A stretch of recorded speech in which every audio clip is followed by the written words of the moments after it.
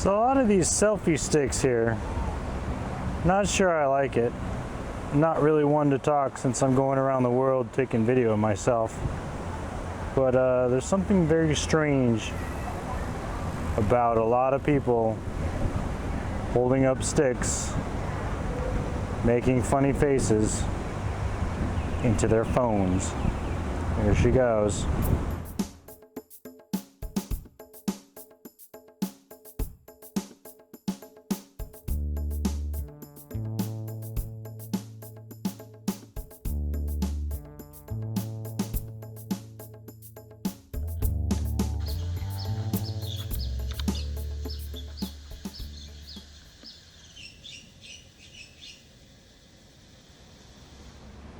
So I decided to come to Singapore.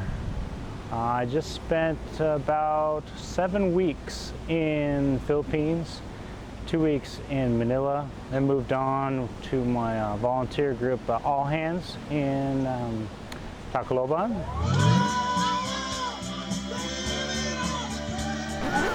Before I came out, I was under belief that you needed a ticket out of the country, so I booked one to Singapore. So now I'm here.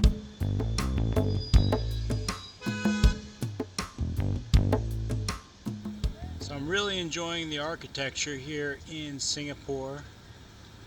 Creative structures all over the city, especially this one here. It's got what appears to be some sort of arc on the top in case there's some sort of 30-story flooding that happens. I think this boat is going to take off. I wonder if I could go up there. It probably costs an arm and a leg just to get up to the top. But I'm walking that way. Let's go check it out.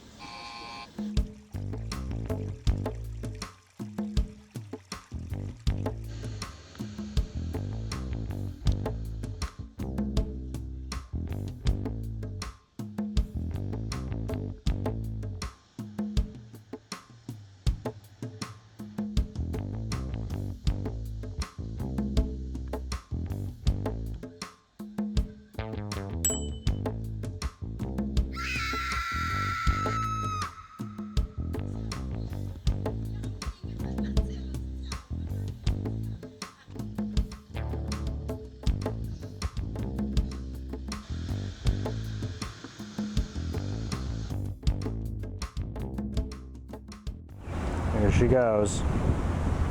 Look at me. Look at me. Of course, you got somebody there who can take your picture.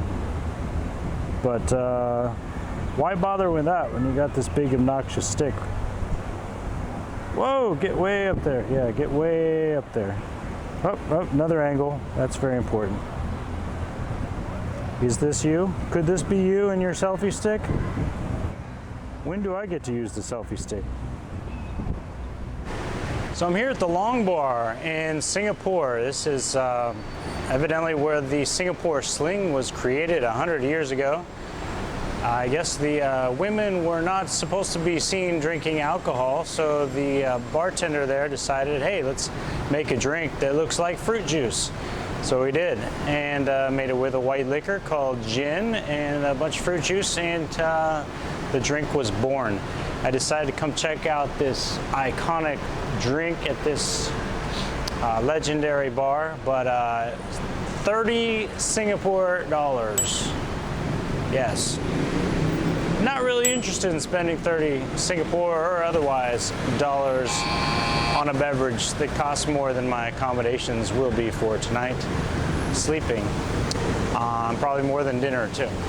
So yeah, I'm gonna move on. Looked like a nice enough place. A lot of wood, a lot of little fans going around, keeping people cool, and a lot of pink foo-foo drinks that I'm not gonna pay for. So nice try, Long Bar, but I'll be moving on. I'm here at Asia Beer Fest 2015. I love when these things happen, when I show up to places and they have festivals for me.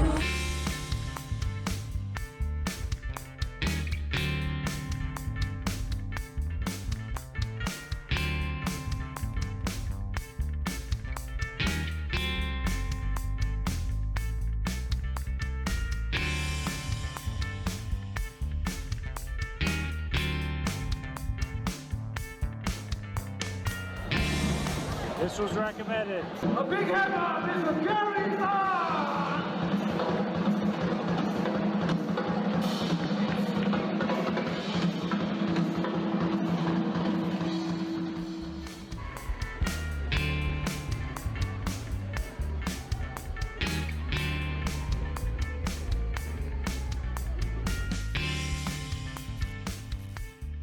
So this is Lau Pa Sat in the bustling downtown district. It is a little food market with tons of little kiosks set up with food from all over, not just Asia, but other places as well. There's even a Costa Rican cuisine. I walked by that one, but there's Filipino, there's Malaysian, Chinese, Japanese, all sorts. Lots of soups, lots of seafood. Wow, so that was really good. It was actually spaghetti noodles, maybe rice noodles, with cockles, bean curd, and fish cake. Got some coconut milk in the broth. You might see them sweat a little bit, which I like. Usually a good sign. It's a good spice level. Unfortunately, it's quite hot out here. And no napkins. But yeah, score, laksa. Luckily, I was able to find a good local beer, Tiger.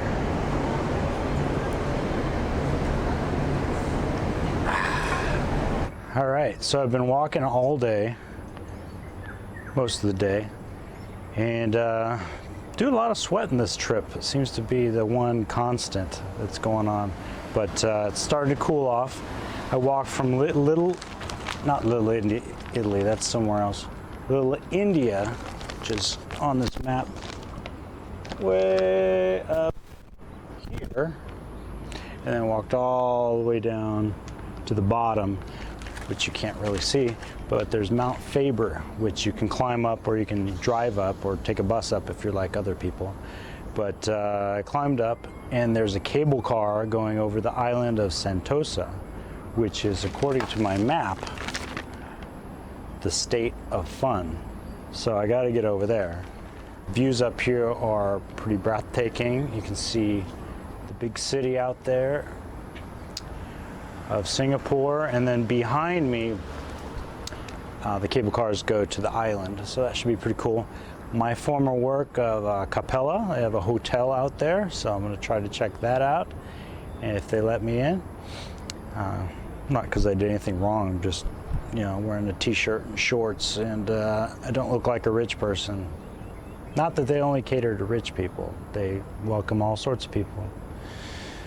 Anyway, yeah, that's the deal. That was my day. Had some good food, tried some nice wine, and walked a lot, and saw some birds, some giant ants. Crazy, they're huge. They're about, I don't know, 3 times, 4 times the size as regular ants. So hopefully none of them got on me.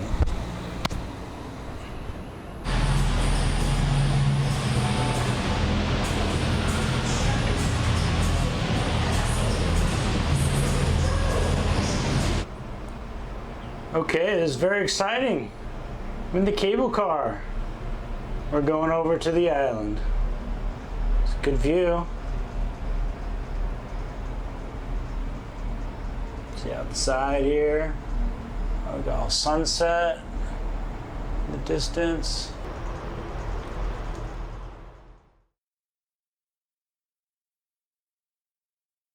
Singapore, if you don't know, is its own city-state. It's an island.